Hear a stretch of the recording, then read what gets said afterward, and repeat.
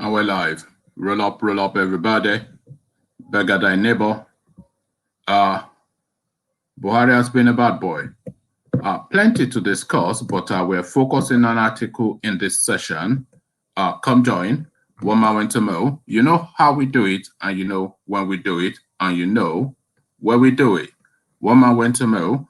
So click here to join live on screen. So click here to come join live on screen. You know the format, you know how things roll round about this part. One man went to Mo. What about Petroleum Trust Fund, Atiku? So, well, what about Petroleum Trust Fund? This is Ayo Ore asking that question. So perhaps add some more flesh to that question if you know anything that you'd like us all to know. One man went to Mo. So come join, gather.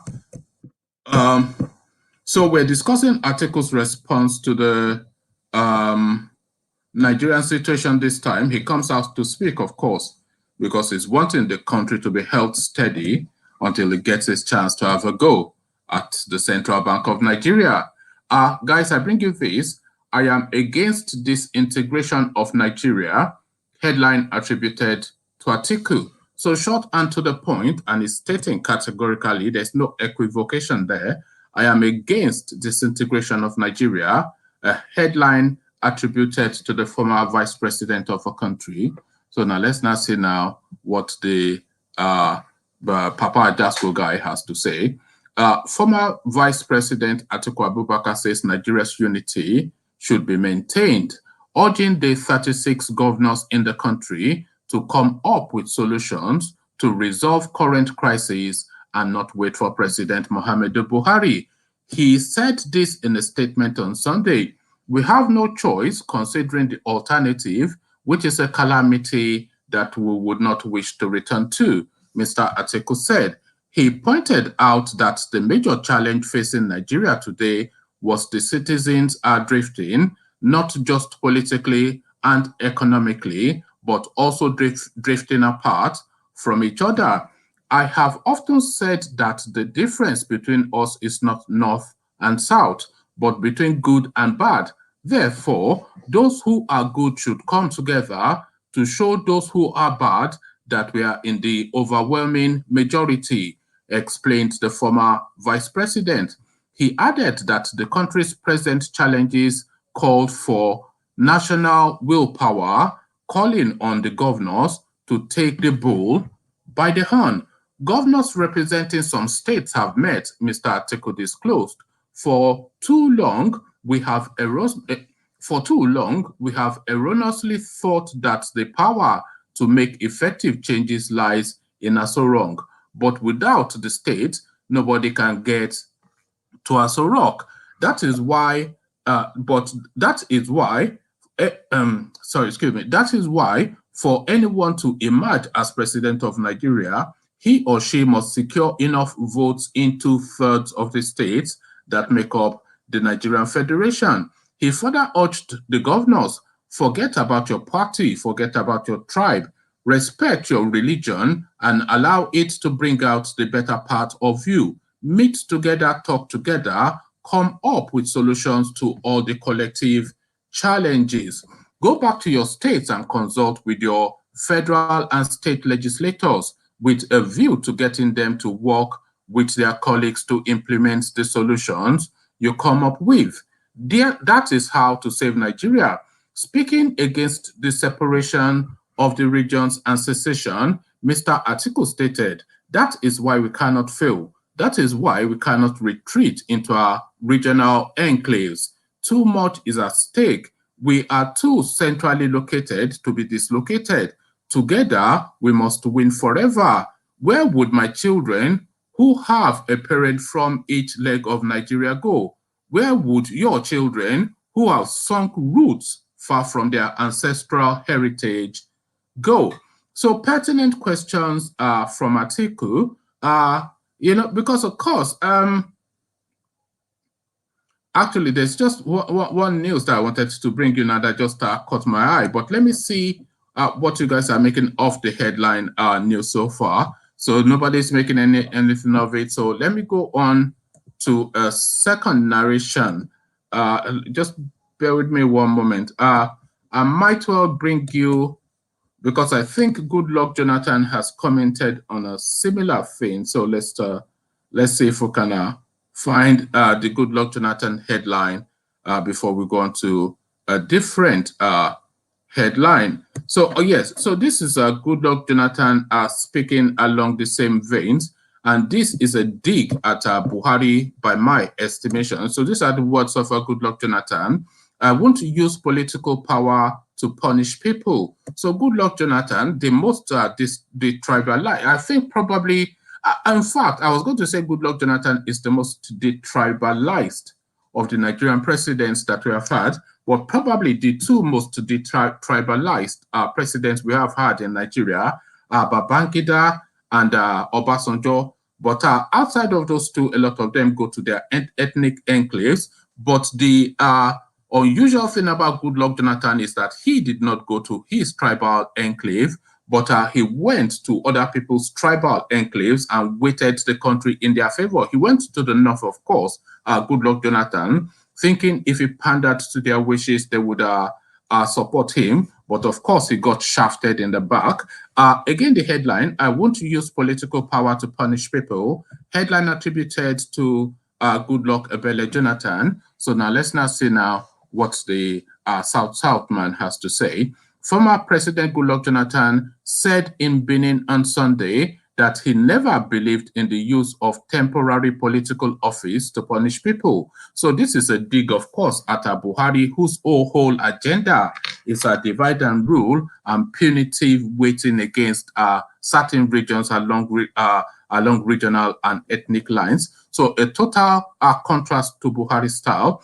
He continues, my belief, particularly when I joined politics, is not to use a temporary privilege, a temporary position that God has given to me to punish people, Mr. Jonathan said whilst delivering an address at the 50th celebration of Apostle George Osazuwa, president of Rock of Ages Christian Assembly in Benin on Sunday.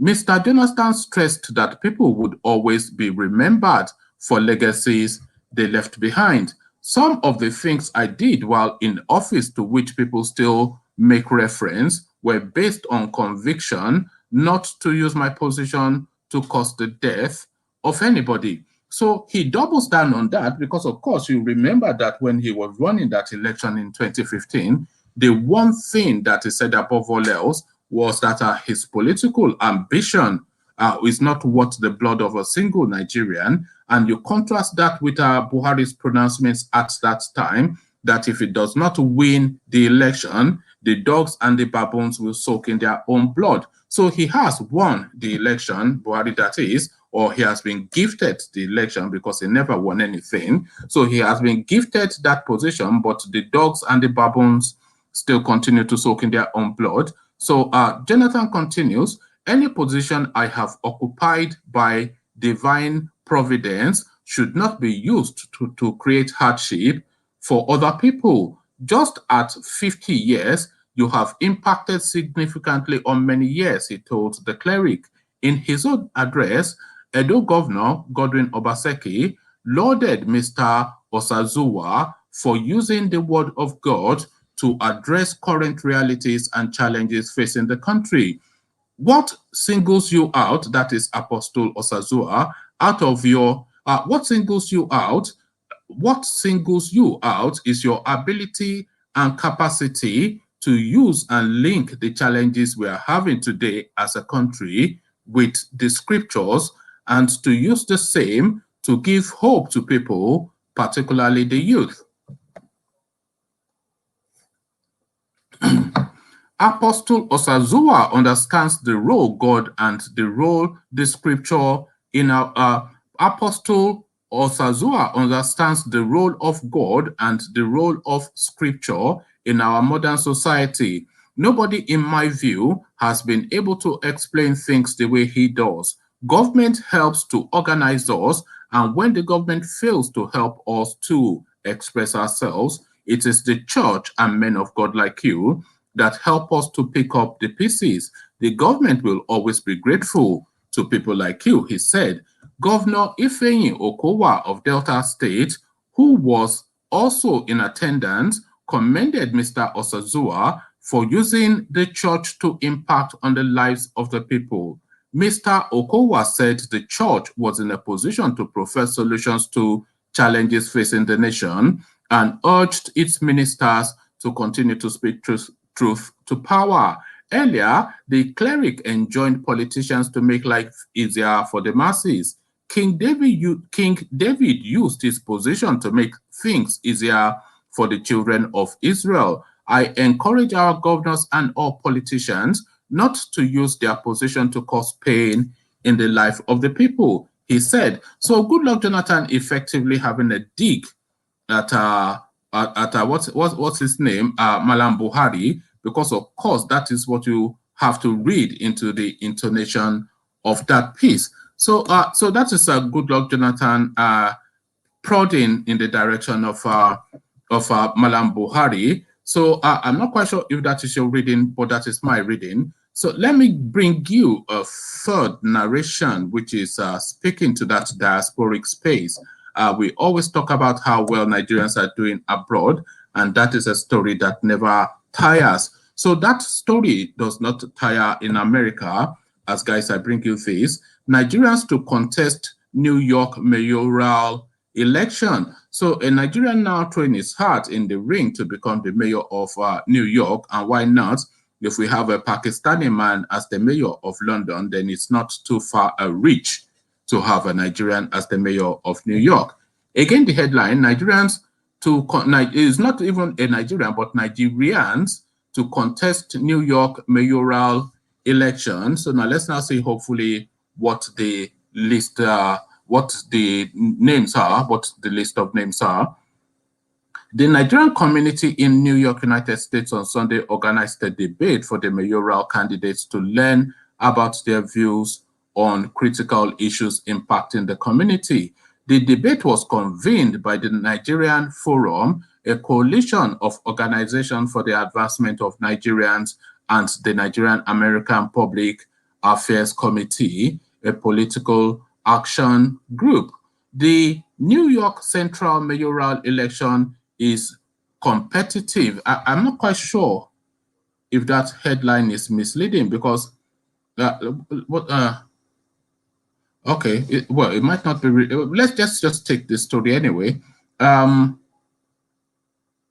New York City mayoral election is competitive and strategic due to the city's diverse nature and an annual budget of about $100 billion, the largest municipal budget in the United States. No fewer than 13 Democratic and 2 Republican candidates have qualified for the city's 2021 mayoral election, following the Democratic and Republican primaries on June 22, 2021, and a general election on November the 2nd, 2021.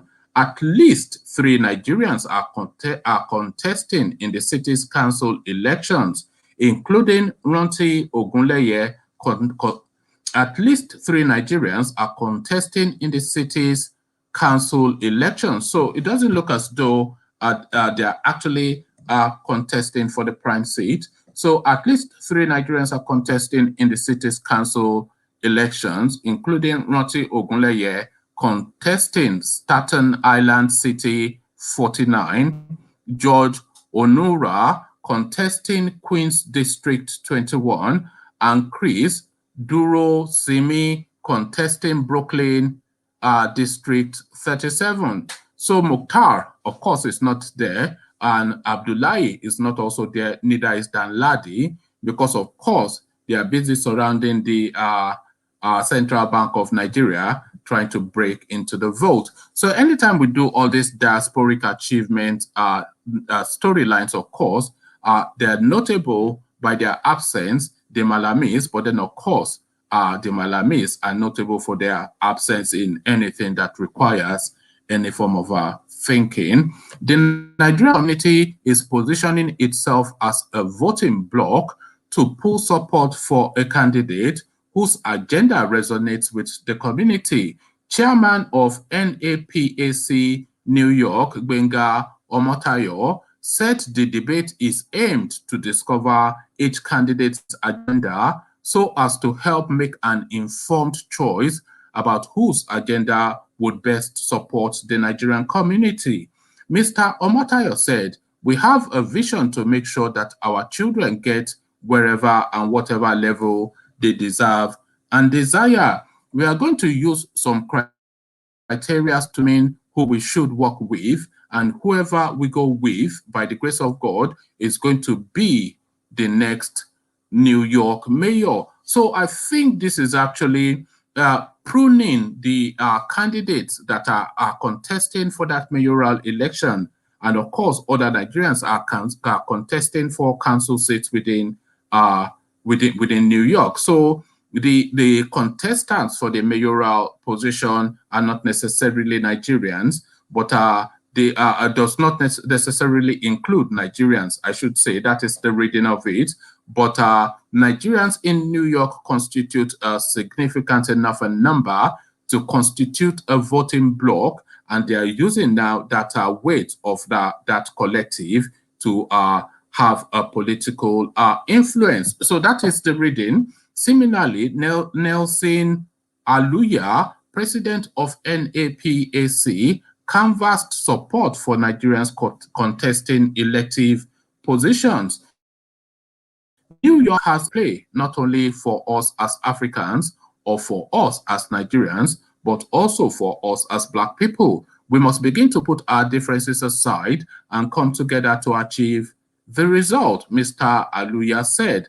Also speaking, Bola Omotosho, who moderated the forum, said the goal was for Nigerians to hear firsthand from the candidates as a voting bloc in New York. So Nigerians as a voting bloc in New York is quite a phenomenon, but then of course not entirely surprising, because of course, as we all know, Nigerians they often instances, we shouldn't say all Nigerians excel abroad, because of course for the Nigerian that excels abroad, there's countless Nigerians that don't, but on average, Nigerians do very well outside the shores of that place that the certain quarters were referred to as the zoological republic. So Nigerians contesting elections in New York, Atiku wanting to have Nigeria held together at least until it comes either with a rescue mission or his looting opportunity, whichever opportunity he's looking for. Certainly his narrative is to have the country continue to be one entity. So plenty to discuss from there. And what is his name? Goodluck Ebele Jonathan, of course, he has come out as well to say that, look, the abuse of power is just really the personal want of the whoever the president is. Actually, let me bring you this story as well. This is off the back of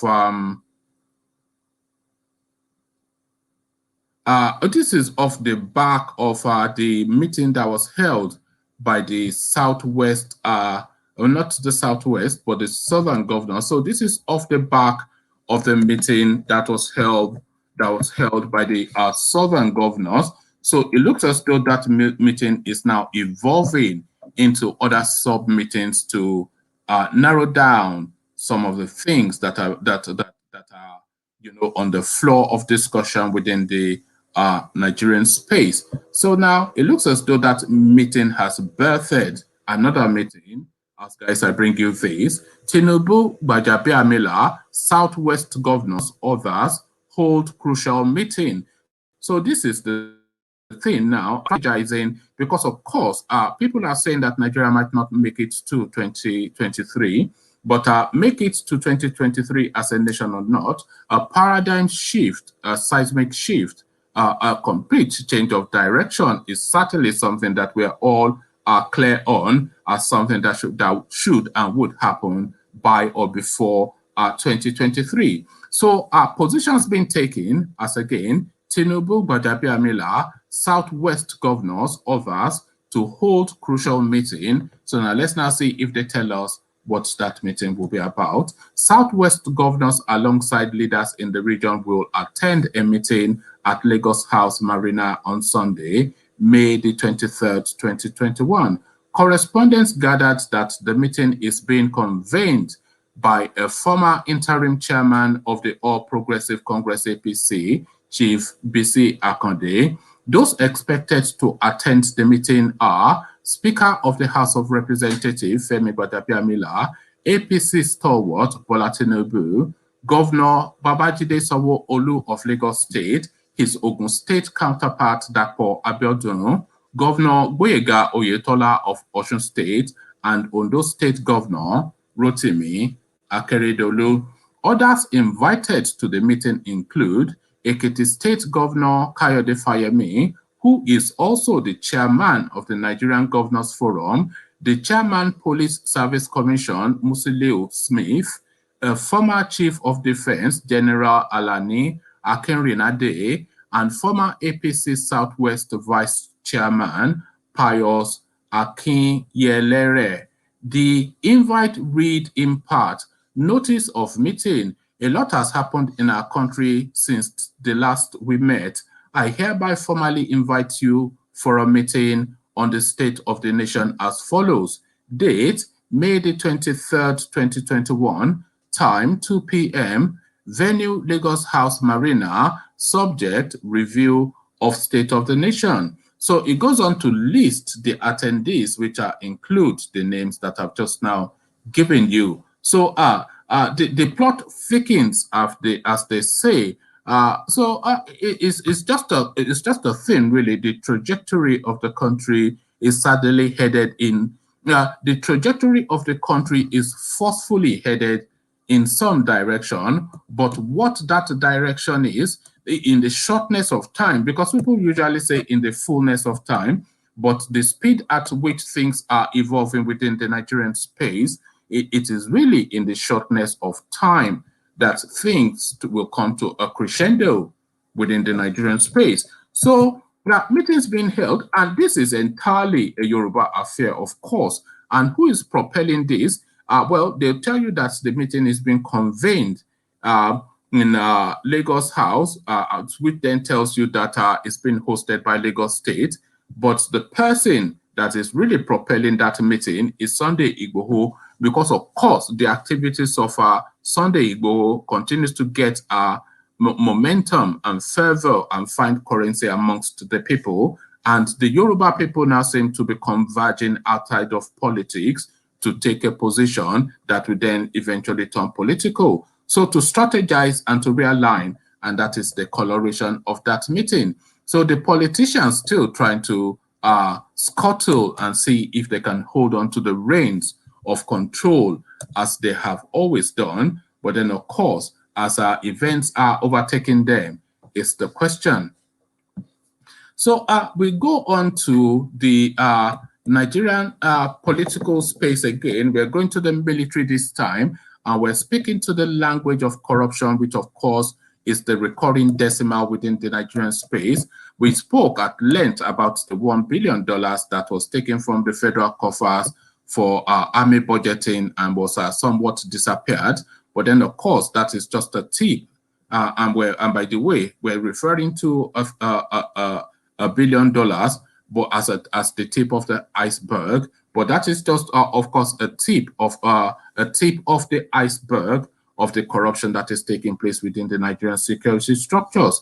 Guys, I bring you this exclusive: how ex-army chief denied Nigerian soldiers their allowances despite Buhari's approval since 2017. So this is the downside now. We all know that Buhari is very, very much an ill man, and it is that ailment now that does not then allow him the functionality of supervision of his lieutenants. And this is why we see all this wilding amongst pretty much every governor, every government functionary within the Nigerian space.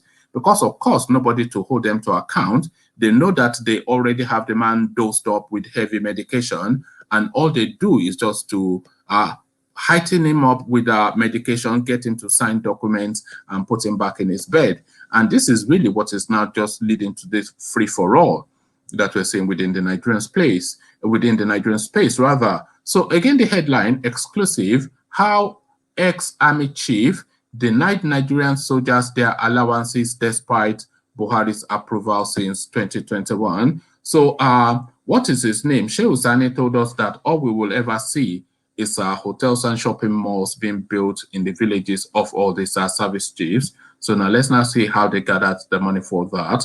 Aggrieved soldiers of the Nigerian army are calling for a probe of how their uniform and boot allowances and scarce skills allowances approved by President Muhammadu Buhari since 2017 have never been paid by the army authorities, then under the former Chief of Army Staff, Lieutenant General Tukur Buratai. The soldiers stated that their allowances for the past 4 years have been either unpaid or underpaid by the army authorities without any explanation, urging the president to order the Economic and Financial Crimes Commission, as well as the Independent Corruption Practices and Other Related Offences Commission, to probe what happened to the monies.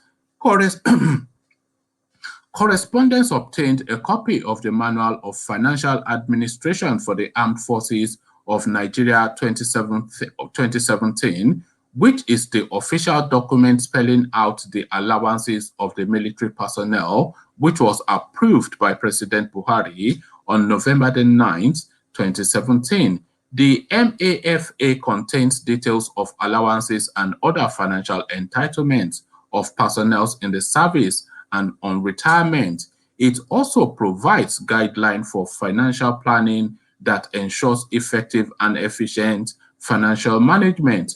Consequently, the Armed Forces Council approved the implementation. So it approved the implementation of the MAFA with effect from November the 9th, 2017 rather, Buhari had stated and signed. Checks by correspondents into MAFA indicated that the scarce skills allowance is 100,000 naira for all military personnel, irrespective of rank.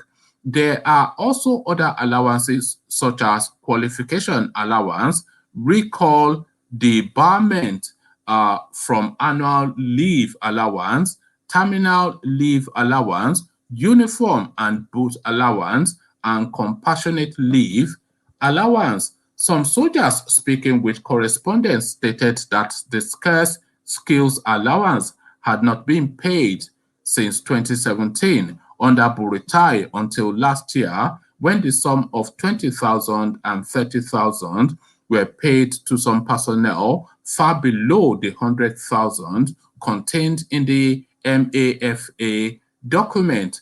The soldiers noted that an independent probe by the EFCC and ICPC would unravel the top officers under Buratai who mismanaged the allowances and had been shortchanging the military payment system.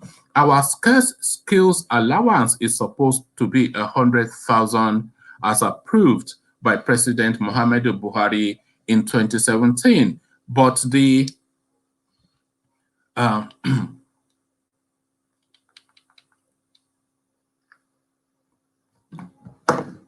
our scarce skills allowance is supposed to be 100,000 naira as approved by the president since 2017, but the army authorities commenced its payment in 2020 and paid private to corporal 20,000, sergeant and staff sergeant 25,000, warrant officers and master warrant officers 30,000. Actually, let me take that paragraph entirely all over again.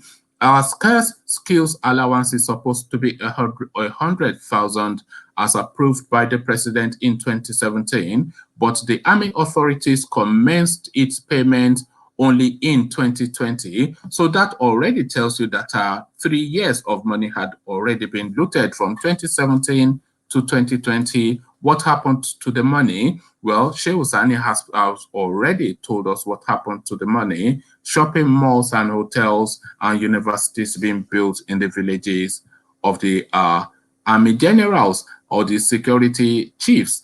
So yes, our skills allowances is supposed to be around 100,000 as approved by the president in 2017, but the army authorities commenced its payment only in 2020 and paid privates to corporals 20,000, sergeant and staff sergeants 25,000, warrant officers and master warrant officers 30,000 naira. There is non-payment of our uniform and boot allowances. We are calling on the president to invite the EFCC and the ICPC to investigate why the money was not paid since 2017 and why we are currently being short paid. One soldier stated the Senate and House Representatives Committees on Army should probe the Army High Command on the salary, allowances, and scarce skills, uniform, and boot allowances for the past 4 years, and also hold interactive sessions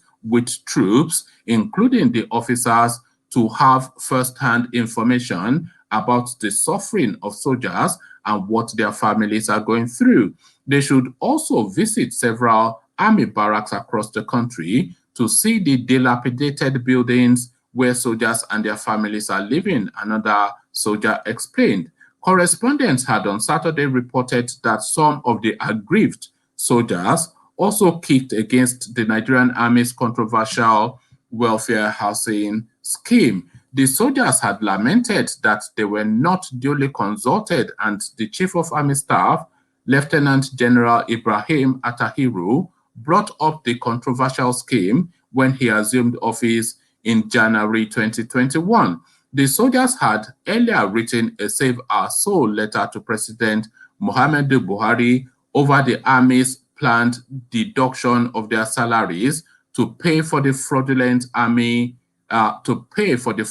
Nigerian Army welfare housing scheme. The soldiers, 1 sergeant, 2 corporals, 2 lance corporals, and 1 private, in the letter obtained by correspondents, had noted that the army planned to deduct between 15 to 49,000 monthly from their little salary, which is not able to currently meet their needs. So the corruption in Nigeria is ungodly. It's just really the only term to use. The personnel said the non-commissioned officers and the senior non-commissioned officers were the only ones affected, and they now find it difficult to feed their family and pay their children's school fees from our meager salaries. So then you wonder when you see these guys on the street with their AK-47 robbing vehicles in the name of show your particulars. They demanded that the deductions be stopped by the, and by the way, before we even carry on, should the housing scheme or any welfare package from the military personnel be deducted from their salary or be footed by the country? Because of course you are throwing these people into Sambisa forest all the time to go and battle all these savages that live there, and then by way of reward of them putting their life on the line to defend a country that they believe is their country, by way of reward, you are deducting their salary, cutting their allowances, pocketing their money, and treating them in this subhuman manner. But then, of course, it is Nigeria. They demanded that the deductions be stopped by the army authorities. President Buhari had not commented yet on the development, which is causing ripple and unrest among the soldiers of the Nigerian army. So, if we were to be doing corruption as a theme, it would be something that would be just like a recurring decimal. We would never stop narrations on the Nigerian corruption storyline. But then, of course, that is just the way things roll in Nigeria. Let's see what you people are making of the narration. So we've already read your Ores comments. What about Petroleum Trust Fund looted by Atiku? So, well, I'm not really 100% on that narrative. I did ask you to expand on it. So this is meet you, disintegration or a complete overhaul. So I think that is to say balkanization or restructuring. Apple World, they better be truthful with the discussion at the meeting. Well, that discussion really is a save our soul sort of a discussion, because these are drowning people and the paradigm of the Nigerian political landscape is changing at a rapid pace, and the people of relevance are at this moment may almost certainly not be the people of relevance in just in a few months, not even, because if you think of the trajectory of the Nigerian space, just go back even just a year ago, nobody even knew that there was a human being called Sunday Igboho. But in this time and age that we live in now, Sunday Igboho is virtually the prime minister of Yoruba land, because his word is almost law in Yoruba land. So it is this new dynamic now that these people are looking to contend with Professor Akitoye agitating, these people traveling around the entirety of the Southwest to sensitize people, and the drumbeat of Oduduwa nationhood starting to beat with their increasing fervor. So, Apple World carries on. No more Nigeria. Well, Nigeria still does. This really this language that irritates somewhat. Nigeria still does exist. You, as a Nigerian, you are still a Nigerian. So you are not an Oduduwan, whatever your preferences are or whatever is going on in your head. You are not an Oduduwan. You are not a Niger Deltan. You are not Biafran. You are not anything. You are a Nigerian. That is what you are. So, and that is how the world recognizes you, irrespective of whatever chanting you are chanting. So now, if that your chant then emerges and evolves something different, then that is something different. But in this moment in time, what you are is a Nigerian. So let's just come out of this thumping mindset. So Apple World, no more Fulani Caliphate. Well, we all agree with that. Harry says, Mr. One Nigeria Fulani. Well, I don't know what that means. It's just really the quality of some of the commentaries sometimes, I'm pretty sure these people are educated and intelligent. So why they regurgitate these inane mantras is something that continues to confound. Me too. This integration would in fact be better. So those who want to go back 500 years from modern day can do so in peace and leave the progressive ones alone. I think we all agree on that, because of course, as we've all often said, it's a clash of civilization and a clash of culture within the Nigerian space, and that is what you see playing out repeatedly. Who you help? I see you, but let me just run through these comments and I'll come to you. Lena says fake news. I'm not quite sure. I brought about our 4-5 storylines. So which of them are you calling fake news, or are you calling all of them fake news? Grace Ade Tayo has Atiku not chopping off from Nigeria. What is it that Showore always says? It is never enough for the greedy, and it's never sufficient for the needy. So, son of Adam, this is what son of Adam has to say. Those who are oppressed scream, but the oppressors don't scream. If the egos no, we're not doing the today. Who you help? I see you. What are you eating? Are you munching on a Guguru and a patia? No, I'm on chewing gum. Oh, okay. I thought you were having your lunch in the car or something. How are you? I'm good. Good afternoon. Good afternoon. So Yeah. are you following the storyline? What are you making of it? Article saying Nigeria should be kept together, and the Southwest, the political so-called leaders meeting now to discuss matters relating to the Southwest. And the army, of course, continue to loot the budget, so plenty to go through. It's amazing that Atiku has a voice now. It's an amazing stuff. When this Muslim guy was sentenced to death, he did not have a voice to speak on behalf of that guy. And then Muslim guy. Yeah, a guy was sentenced to death like I think early this year, or I could not remember correctly. Oh, is it that guy in Kano that just that was singing? Yes. And they said they didn't like the song, and therefore they sentenced him to death. Behead. Yeah. And Atiku was silent about that. He didn't have anything to say about that guy. And then how can Atiku speak for us? When Atiku has been, since he lost the election, he moved to Dubai. And then how, you know, we just think when these guys just came out and speak, sometimes we take it so, yes, we should take Atiku by his word. And as highly as I rate Atiku, just that one thing that you said, then him running away from the country to live in Dubai, that one thing disqualifies him from being president. Because if you, as the former vice president of the country, find the country just too run down for you to live in, then I mean, anyways, carry on.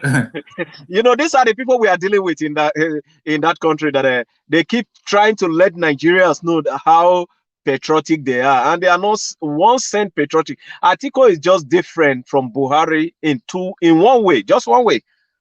They have the same fundamental brain. The only thing Atiku is a little bit educated than Buhari.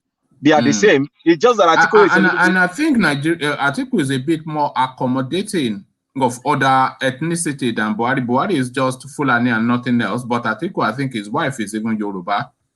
Yeah, his wife is a Yoruba, but that does not mean, since they have been killing Yoruba, as Atiku speak up. So Atiku, yeah, these are just people who just stay on the same lane and try to tell every other Nigeria that we decide. Do you think he's still eyeing 2023, Atiku? Atiku is going to run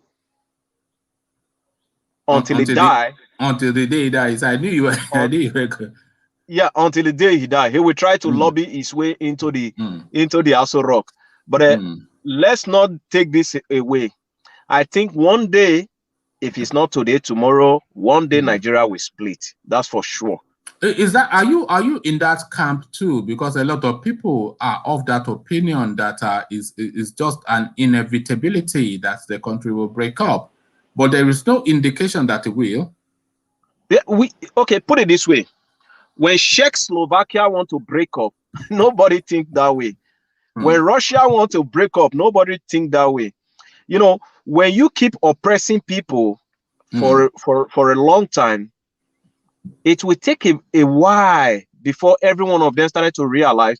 People may agitate for it in the beginning, it may not come true, but as time goes by, they began to tell their children stories that we have been suffering, we have been, you know, 20 years ago, it's only Biafra we speak, and it calmed down. Nobody to even talk about it anymore, because we are in military regime. Everybody keeps silent. They will agitate, they will arrest them, and then they will release them, and suddenly we didn't hear about Biafra anymore until Jonathan came in. And the reason why Biafra actually came out properly is when Jonathan came in, and then people saw how the Northerner treat Jonathan. Even though in the whole of Nigeria, Jonathan did more for the Northerner than his own village. Fact, he was more or less an Hausa Fulani man. Now, the Nigerian schools that he was building, the railway system that he built for them, all of the appointments that he gave them, and they still kicked him in the teeth. Yeah, so these people, you know, that's why I pity the South, Southwest, Southeast governors who are running to Kano, Kaduna every day. And my uncle inside, Uncle Jagaban, who's supposed to understand that. Let me give you a history of the Fulani, Hausa, and the South, Southwest, Southeast people. For example, before the Civil War, Awolowo was already jailed. That's why they could not kill Awolowo. He was already in prison. And then when they started to kill the rest people, he was safe in the prison. And then during the Civil War, how did they brought Awolowo out? They brought this guy, what is his name? Gowon brought Awolowo out to help him, not for Awolowo freedom, but to help him in his government. He brought Awolowo out. He used Awolowo actually to quench the agitation of the Agbekoya. in the Yoruba land.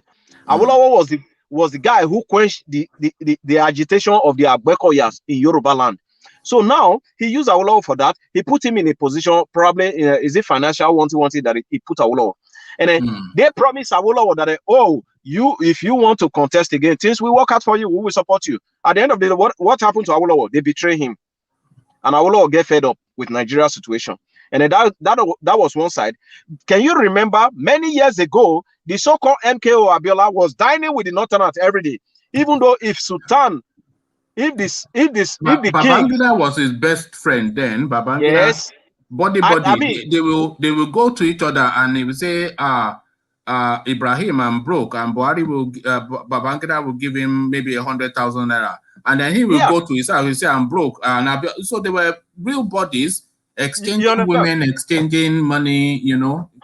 Can you imagine? Let me even give you another. I will finish that story and I will give you another story.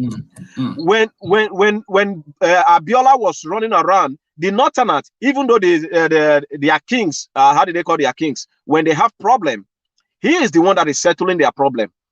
That's how they regard him. He settled their problem. He will go to them, spend money, build mosques, do everything, but it's not pleased to them, because as long you are not from that race, you are zero to them. No matter what you did for them, they will actually cripple you at the end of the day.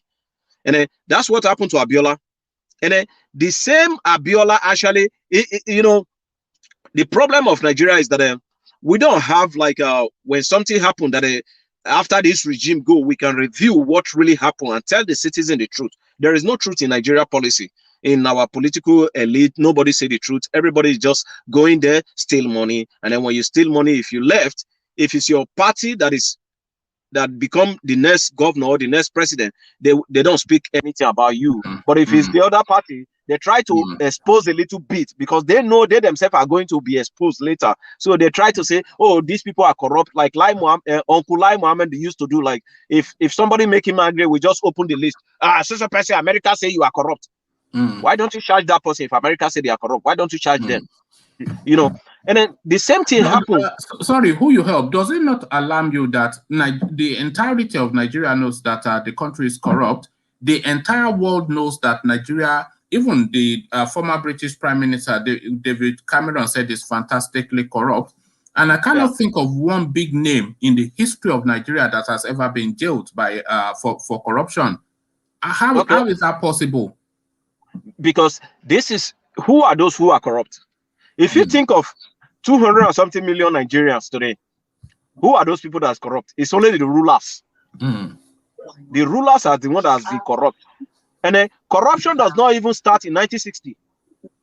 We should understand this. Corruption did not start 1960. Corruption also started before we get our independence. There have already been a corrupt in our society before our independence.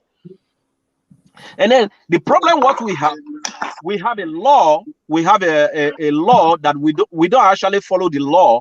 The law is only made for the poor people in our society. It's only made for the poor. Let's take, for example, during this whole crisis where Fulani are killing people, and then there is problem, Yahoo boys, everything. Immediately you arrest somebody with one gun, they parade them on the street, they pack a lot of gun in their front, they put them on TV, and everybody, oh, this is the people that is corrupt, that is killing people. But when you arrest the Fulani, nobody parade them. The next day they are discharged. They don't go to court. But if you arrest somebody from the south, southwest, southeast, immediately they parade them. They say they are charging them to court. You see police with their big stomach coming out and speak and trying to tell Nigeria we are working hard.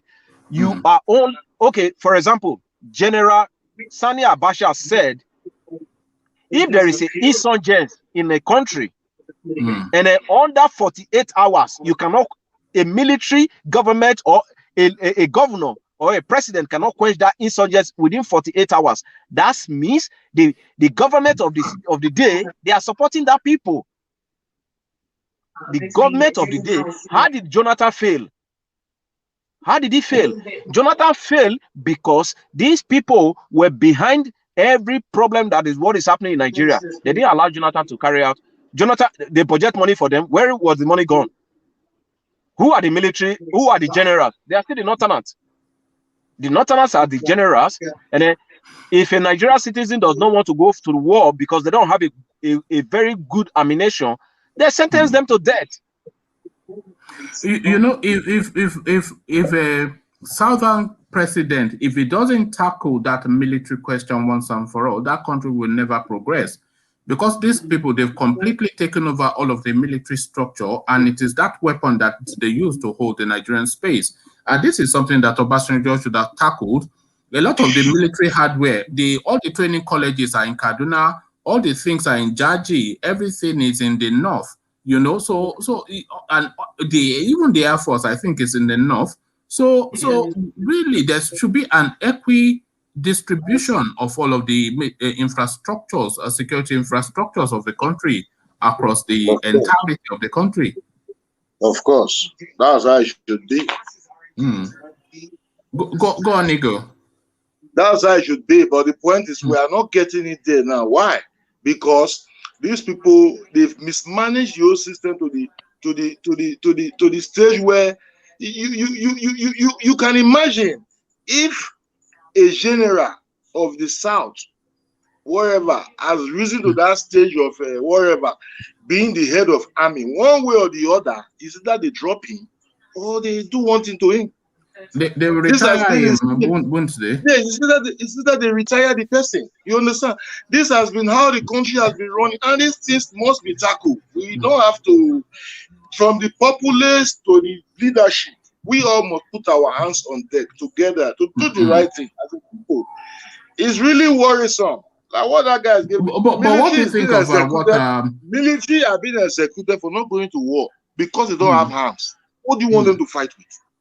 These people who embezzled this money were given an ambassador position. Why are they not addressed? I don't think that guy will get away with it. You know, the level of corruption is just so alarming. We're always lamenting about the $1 billion that it took. But from this story that we have now read, they've dedicated monies, and you're talking about morale in the security forces. They've dedicated funds to those soldiers that are at the war front, that this is XYZ allowance just to really insulate them and to reward them for what they are doing. And from 2017 to 2020, these people did not see a kobo out of the 100,000 that they should be getting. And come 2020, out of that 100,000, they are giving them 20,000. And I mean, the money is being released by the central bank, and it's not getting to the people that are meant to, you know. I mean, Ovie, you are always defending your people, because I know anytime we talk about Nigeria, you're there with your green, white, green. So how do you green, white, green this one now, Ovie?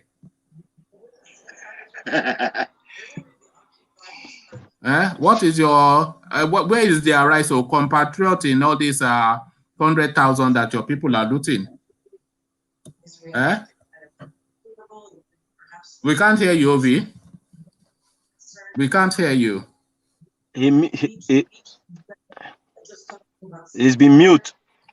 I didn't mute him. Did you mute yourself, Ovi? Okay, Ovi, you know how things work. You're not you're one of the key players in this place. So, am I clear now? Yes. Can you hear me now? Okay. Yes. So, where is you should have the Nigerian flag behind you, really, because you are the Nigerian. And I think by the day, as the day goes by, you guys are, beginning to understand my narrative. But we are not going. We are Nigerians. You are talking about looting. I heard you citing the British people calling us fantastic corrupt. They should define fantastic corrupt. Who is more corrupt between them and them?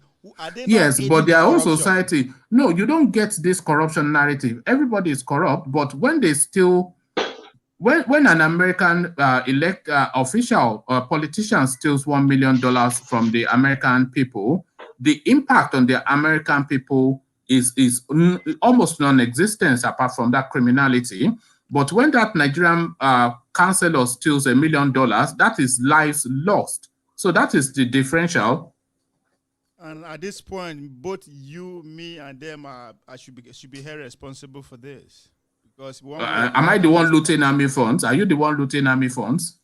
Indirectly or directly, we are also part of the looting. We benefit indirectly for what they are using the money to, to perpetuate. But I mean, that does not justify or imply what what they are doing. But as I said again, Nigeria is it's a work in progress. We will get there. A work in progress at 70. When will that work progress? America is what? 100, 200, almost 200 years. They still yes. have to No. Don't make that mistake. Nigeria is not reinventing the wheel. So all of the learnings that all of the democracy that are now civilized democracies, all the learnings that they learned, Nigeria does not have to learn it again because it is already in the history books. So we are not required to reinvent the wheel. No, we are not learning. It's just that we are not. That I think we all agree on that. We are still learning. We are still slave in our own country. We are still being guided by the foreign way of lifestyle. We are still. I mean, take a look at our education system, for instance. It has nothing to do with our way of life.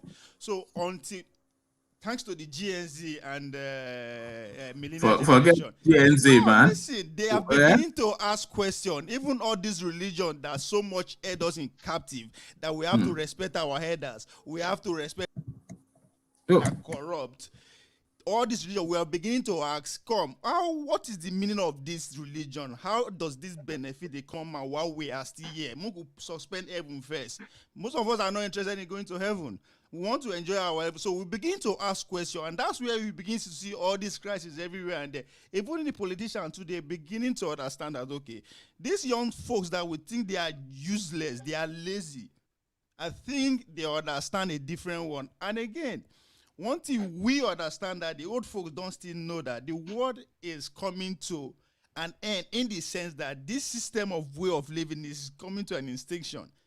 There's going to be a cyber economy that will rival the current economy they are living in. So that time is coming whereby the choice to even say obey and pay your loyalty is setting God himself. You have a choice to say no to it. So yes, you are coming together. Now, the problem that we are still having now is still the elite, because they are still the hand bent on living yesterday, despite the fact that today has changed 100%. So that's the problem we have. They are still, and the more we're beginning to, the more the majority of the youth but listen, Ovie, because anytime I listen to you, even in the course of your speech, you self-defeat whatever it is that you're saying. If you're saying that the leaders are living in the past and the leaders set the tempo of the country, then that country is effectively living in the past. So you, the futuristic Gen Zs and whatnot. So what are you doing about it? Is it? Come off it, man. Your story don't have together. No, first of all, you have to recognize the problem first and agree that this is the problem before you can attack it. And that's what we are seeing today.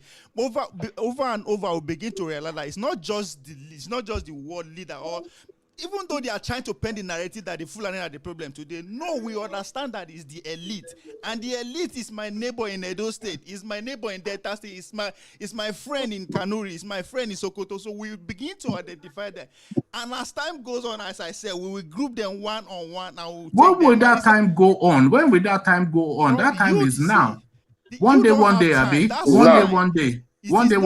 It is not okay. Let's hear. Hold on. Let's say who you help. Then marking the who you help them on the. Okay, Ovie, know that we don't agree somehow, but I agree with Ovie with one thing that he said. The point is this: the reason why I agree with him is about the religion. How do we got the religion into our society? And when we got the religion, did we really use it in the right way, or we use it for our own selfish interest? Now, what we are seeing in our religion elite is selfish interest, every one of them. And then the other part is this, Ovie. Let's put it this way: Nigeria, Singapore, and what is it called?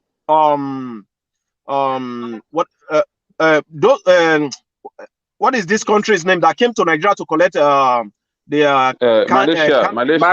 Malaysia. Yeah, those countries, they got their independence. At the same time, some of them, Nigeria is older than them. So we cannot use those countries in infrastructure. We cannot use those countries to compare Nigeria. So the point is this: we should not be using America as our own thing. We should use our own age mates. I'm not comparing our age the mates two. No, when he said it, when I say we are still young, we are. We are. We are not young. When I say we'll get there with time, we are not young. Hold on, Ovie. Let me say this, and then we hear from Makinde because he has not spoken. You know, when Nigeria got independence, it got independence with a whole bunch of other countries round about that place, not just African countries, but internationally. But the thinking then from the people that are around the world is that Nigeria and Africa, Africa led by Nigeria, especially the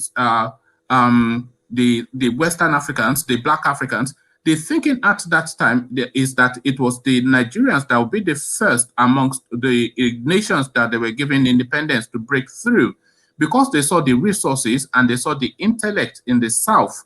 So now a lot of these nations that they put us ahead of, they've just completely left us behind. These people are, this is what I was saying, that Nigeria is not required. Hold on.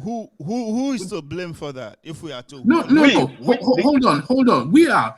Hold on, Ovie. This is what I was saying to you, that Nigeria does not. So why are we not running away from it? Why are we not apportioning the problem if we believe that we are the problem? So let's face it. Where are we going? Yes, but within we there is I. So the I that is within the we is what we are narrowing. That was and those are your bodies from Borno, your pals from Borno. You are right. You are right. But we empower that I. Our action and inaction empower that I. Okay, let's hear from. Put it this way. I'm sorry. Let's hear from Makinde. He has not spoken. Okay. Yeah, Makinde. Yeah. Good afternoon, everyone. Good afternoon. Yeah. I think I would like to talk about issue of. I think I have some issue to drag with Ovie yesterday, but I was unable to come back to the group to ask him some questions because I actually believe that these people, this old oligarchy that we're talking about, they actually delete history from our curriculum in school so that none of us will have full content of their histories. So, and the reason why they do that is this. The reason why they do that is this. Most of them don't even have good history to tell. So if Nigeria at all, people like us want to have history today, we need history from something like, what's it called? Baba Yabo history, Baba Buhari history, Babangida history. That what they will teach on in school.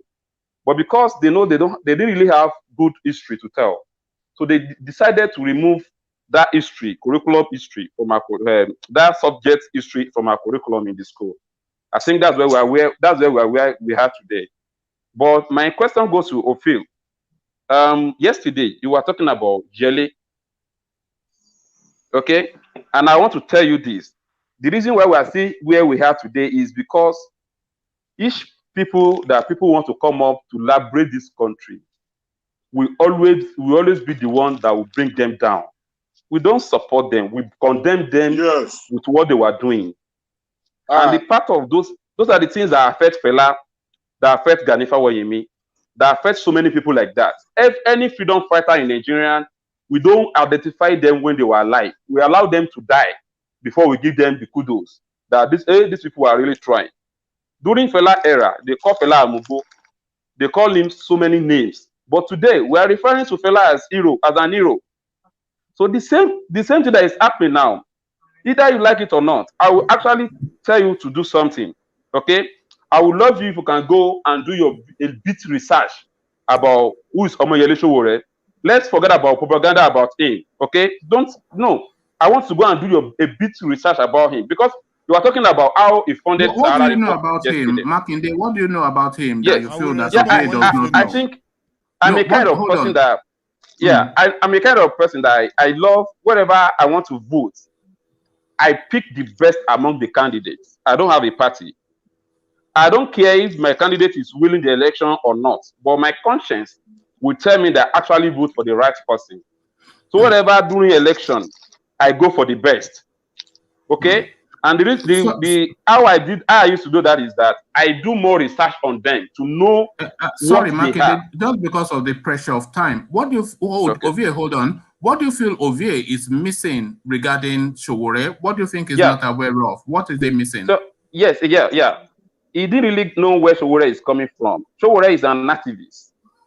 From the age of 19 years, Sowore has been in the front of this struggle that me and you are now getting to know about it today. But when Sowore graduated from school, okay, because Sowore was attacked in 1996, he was poisoned, in case you don't know. He was poisoned. By 1999, when we have our independence, Sowore was very sick. He has to travel to America to go and treat himself. Okay? After the treatment, he used the opportunity to have his master's then in Toronto, in what's it called? In America. What's it called? The name of this in America, yeah. So after his master's degree, he has to come back to Nigeria. Hold on, we know he has been taking his beating since Abacha, and we know he fought the Abiola struggle. But yes, how does that qualify him to be president? Let me land. If someone when Sowore was SUG president in Unilag, this guy, when they were giving student union president, when they were giving them brand new Peugeot, Sowore was the only person among them that did not collect. That was during Abacha. Yes, we know he was the only person that did not collect the car from them. So if person at the age of 21 years old, if someone at the age of 21 years old can identify that fight and renounce the car then, when he was still trying to make life, he doesn't even have anything then. Yes, he's still trying to make life. If someone can reject that kind of offer, no. Some people collect it as well. We know his story. He's a freedom fighter, but some freedom fighter will collect it. Okay, but that is and they will silence them. They will silence them with that. Makinde, I sent it. Hold on now, freedom fighter. Can I respond to him? Makinde, I sent this. A freedom fighter. He was, but I don't think Omoyele is to the quality of Mandela. Can I respond to Makinde, I said this to you yesterday, so I'll say it again to you today and see if you can respond to it. Omoyele Sowore is nothing more than Sunday Igboho with better English. No. I think I respect Igboho more than Sowore. I don't agree with that. It's Sunday Igboho with better English now. They are both freedom fighters. He's just an educated one. Yeah, go on. I don't agree. Igboho more than Sowore. See, you said you are challenging me why I should support Sowore or why I don't support Sowore. I don't know what Sowore stands for. Is he an activist, a politician? He's a noisemaker. What is he? So I need to know who he is that I will support him. Again, he's a noisemaker and an attention seeker. Listen, if he's a politician, it means for some foreign agent. Why should I support that? Okay. Can I come in? Again, I don't know who he. You asked me question. Can I come in? Who is Let me continue the story. After hold on. Sorry, Makinde, because we know his story. We know his story. But I'm going to be rounding off in about 10 minutes. So just make a short point, and then I'll just go around and sweep people up. Okay. The reason why Sowore has to come and be a politician, he has never been a politician, and has never had interest to be a politician. But the reason why he has to come and form that party, that political party, what has he always been? Because what has he always been? Yeah, freedom fighter. He's an activist. Yes. But the problem is, anytime they fought, the same two parties that we were fighting always come back. The same people that we were fighting always come back to take over the system from us again. Okay. That is why these people are now looking for a way to rescue the country. That's why they create what we call Take It Back movement. This is the same thing that happened during the military era. When we were transiting from military to democracy, the same idiots that we were sending out, they were the same people that take over the system from us, believing that we are having democracy. So as since then, we have been having these people parading themselves in the corridor of power. Okay? The reason why the Sowore is coming up to be a politician is to create alternative. To have another alternative. Not like all these old politicians that they just come together. Anybody will just come out and run for a political party, a political position. After the election, they won't find them again. But after Sowore election, you can see him again, still on the field, fighting. These people are just coming on board to come and do you think it's the love of attention that propels him? No, Who you no, help? no, no, no, no, no. That is mission. Attention seeker. Yeah. Okay. No, it's not. It's not. Okay. Please. Who you help? Who you help? Please. There is one thing we should learn today. I think we are still missing a lot of stuff. And I could actually understand the way Ovie is going, what Ovie is trying to say. I could actually understand him.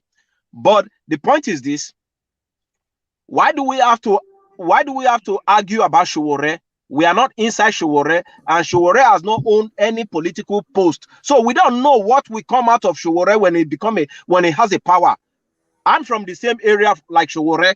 That is me. I'm from the same area like Sowore. So my point is this: people. In reality, yes, anywhere in the world you don't get power like that. Nowhere. Now people. I'm coming over here. No, nobody.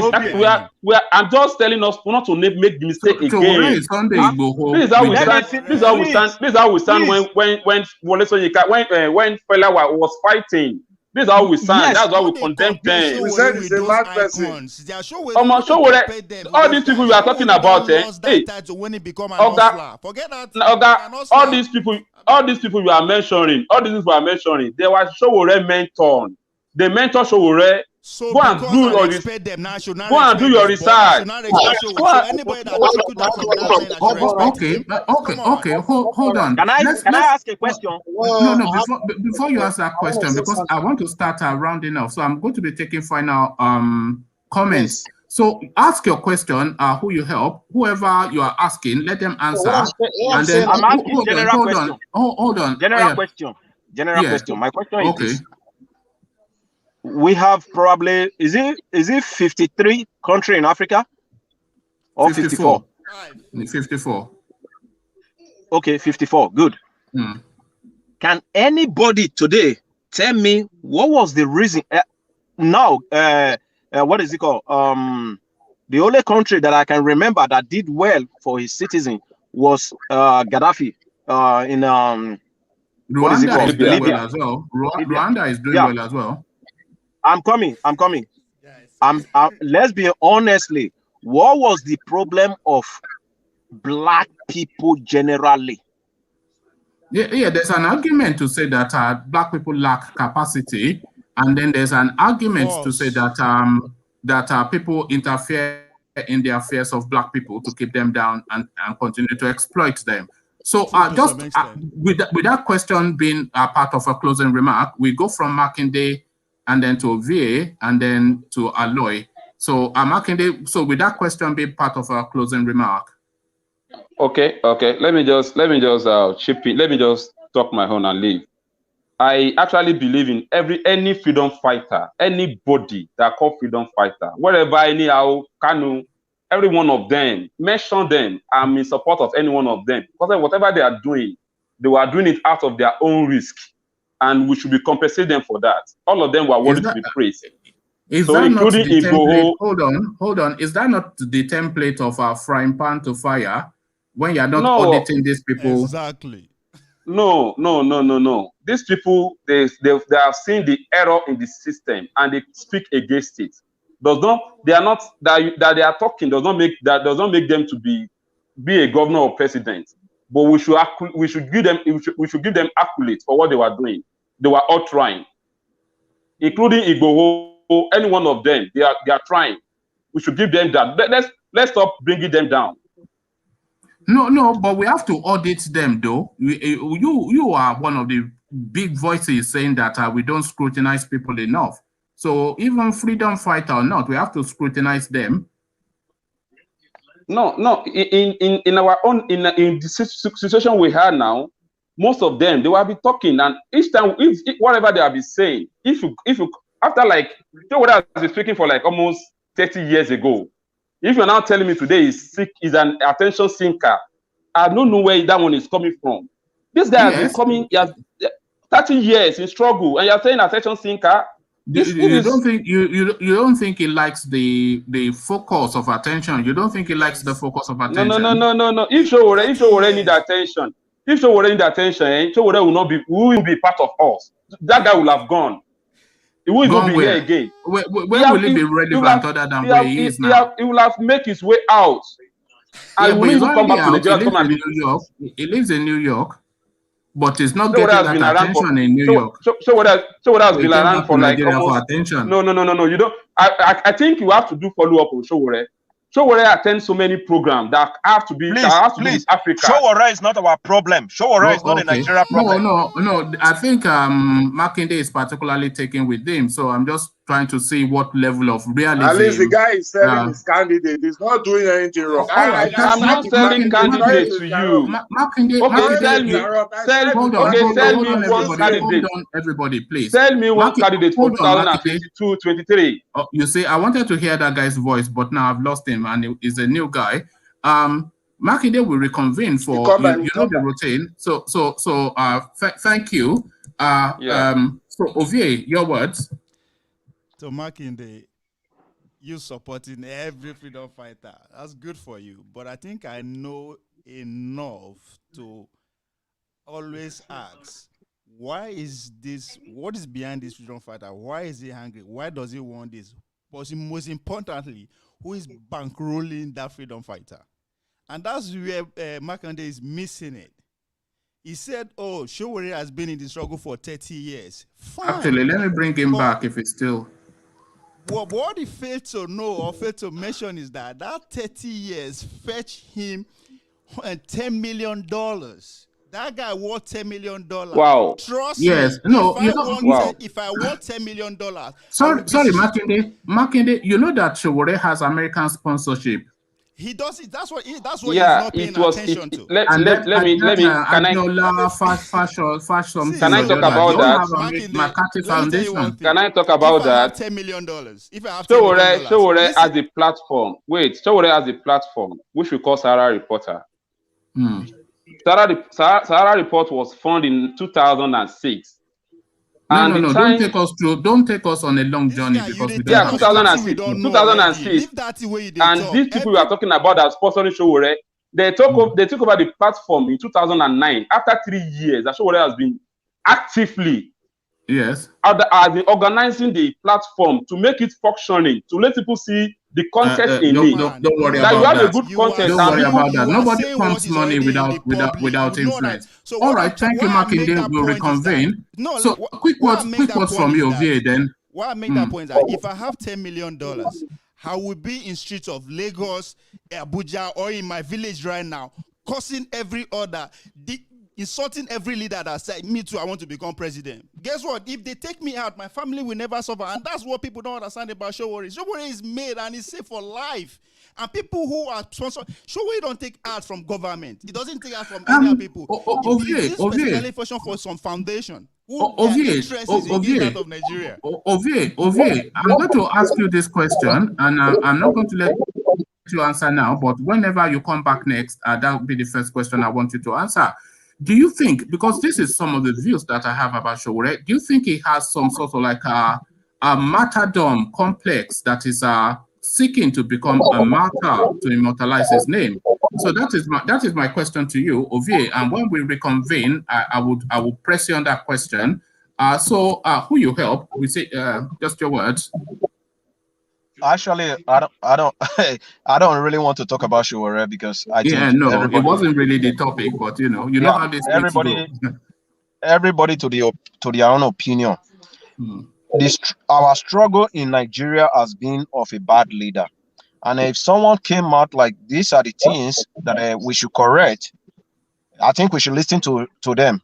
We should listen to Showore. I don't care who is bankrolling him or who is not bankrolling him.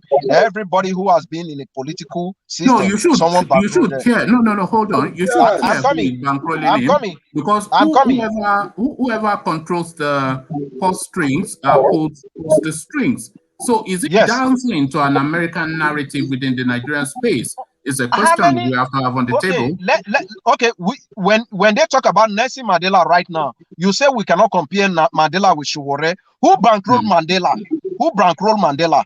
Well, Nigeria was one of the people who bankrolled him because, of course, that was a completely different struggle. That was a struggle of emancipation from But you must be bankrolled by someone. This is what I'm saying. Somebody must back you up. Ego, name one person that bankrolls without influencing. Can you bankroll without influencing? You bankroll, but you don't influence. That's what I'm saying. I said. So are we saying? So essentially, there's an argument to be had that it might well be an American agent. It doesn't matter. It doesn't matter. My point is this: I'm not in concern of Sowore. I'm not, because Sowore has not hold any. It doesn't matter because we've seen too much. Sowore has not hold any political power in our country. The people that hold those power, we should put them and put their house in a fire so they can sit upright and repair that country. The country is dead. That's why we are speaking. We should let Sowore be. Sowore is not the real problem. Nigeria is dead. And can you imagine that if you go to any country all over the world, you saw Nigeria, why do you left Nigeria? The simple answer is the country is finished. Thank you. We'll reconvene for later in the evening. This is just meant to be like an hour session, so we've already exceeded that. But thank you who you helped.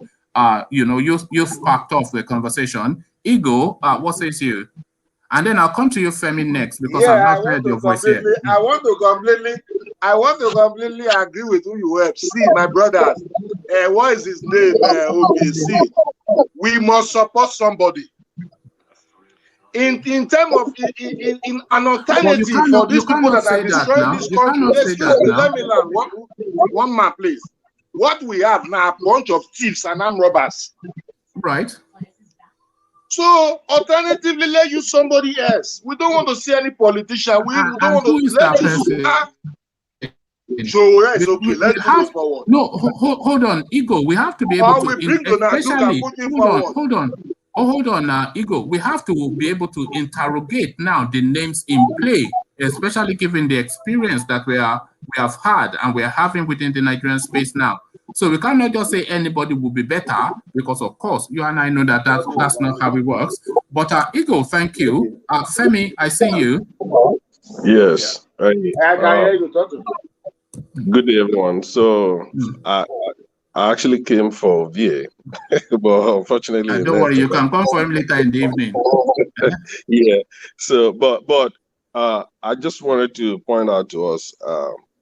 Of course, on the current subject about Sowore, just quickly, I know it's been overladen already, but since this guy came out, okay, let me back up a little bit. Since he's been, championing, revealing secrets about corruption. No, Femi, address it from this angle. Is Sowore Sunday Igboho, but with better English? I would not. I'll say no. I would say no. No, from the point of view of the concept of what they stand for. Okay. Sunday Igboho stands for outright pull out of the Yoruba nation. But if you ask Sowore today, as far as I understand, he still would want to have a one Nigeria. All right, that is better run by people that have brain, and in Nigeria where there is only one law for everybody, not one law. Okay, to the greater point, to the points that you wanted to make. Sorry, you cut out a little bit there. No, I was saying, no, you've addressed my question. So what you wanted to address, you said you came in for so what you came in to say. So go to what you wanted to say. Okay, yes. Yeah, I wanted to say that since, he's been doing all that he has done, from Sahara Reporters, bringing out, revealing secrets, basically, of the corrupt leaders that we've had up till now and all that. And a lot of things have come up. People have said a lot of things saying that, okay, somebody is bankrolling him. He has a tie to at a point they said he had a tie to Tinubu and all these things. Do you really think that if Sowore has somebody that is bankrolling him, or if he had dipped his hands into corruption in Nigeria, all these politicians wouldn't have come out to say, here's the receipt, here's the transaction ID, here's the details of the money changing hands, and let's nail Showore. No, hold on. You asked the question. You have to see where that situates in the political calculus. Showore at the moment, some people might argue that it's a useful fool to the politician, and it's just serving a purpose as a bit of a background noise. So his relevance might not be at that level yet, where they feel that they need to weigh against him in that manner that you described. Femi? I beg to differ on that point of view, because Nigerian politicians don't have a chill. They are not calm. No. You mistake. Nigerian politicians are the most savvy. See what happened to Fada Mbaka when he was exposed recently, when he started to agitate for impeachment of Buhari. This guy had taken contractors to Aso Rock from 5-6 years ago, and they never said anything. But then when it was just an irritant at first, but then when he came to an existential threat, they threw the weight of it at him. So the weight is there, I suspect, against Showore. I honestly I can't defend Father Mbaka because I haven't really looked deeply into his runnings and all that. I just know that he comes on the news every once in a while. But I still believe that if there has been any involvement, between Showore and anybody, not saying that the biggest should have come out, but at least somebody. He shouldn't be dealing with just one person. At least one of those people that he has had any run-ins with should have come out and say, okay, you are corrupt too. You should keep quiet. You are corrupt too. You should shut up. We set you up with your salary. Okay, well, that's what I'm saying. But you and by the way, I'm just playing devil's advocate, so I'm just presenting a contrary view just to challenge your opinion. So I'm not accusing you confused me a little bit, because I honestly started following your channel back in 2000 and I think when did they have election? 19, I believe. After the election was when I started seeing, and the first couple of stories you covered then was about Showore. And you weren't showing your face then. I would just listen to the voice.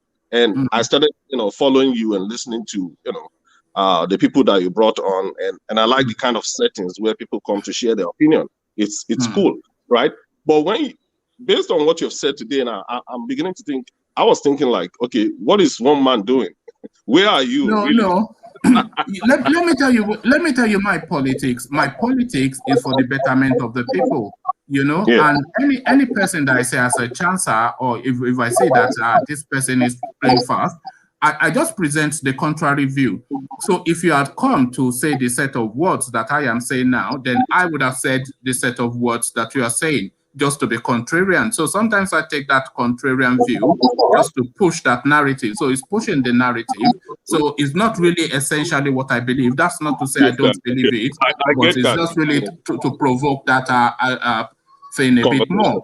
But to Showore, a lot of things against him, of course, so all this squeaky clean image, we should, because this is always the area of gray in the divide. So Femi, I think somebody wants your attention. So unless you want to round off your comments. Okay. No, I'm actually good for the time. I was just looking at my screen, seeing activities going on there. I think in rounding up, I just want to say that, okay, we know that 2023 is coming. Two options before or on at 2023. Either Nigeria breaks up or we have another election.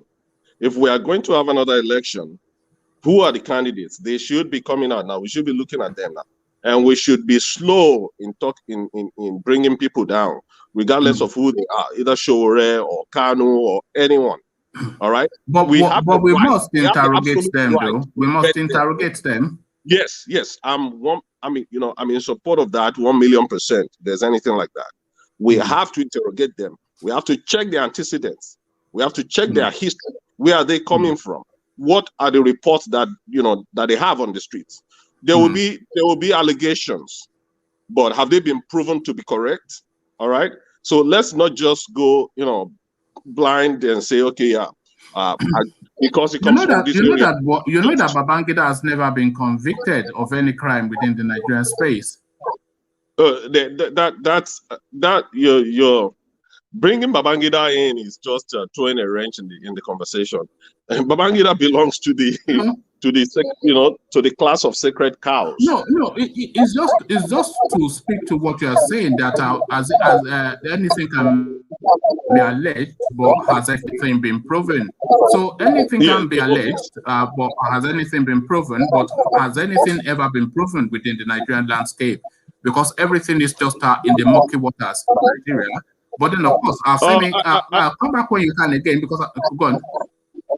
Carry on. No, I just wanted to say they pick and choose what they want to, see to the end. If whatever case that the government wants to see to the end, they want to prove and bring out the substance in it.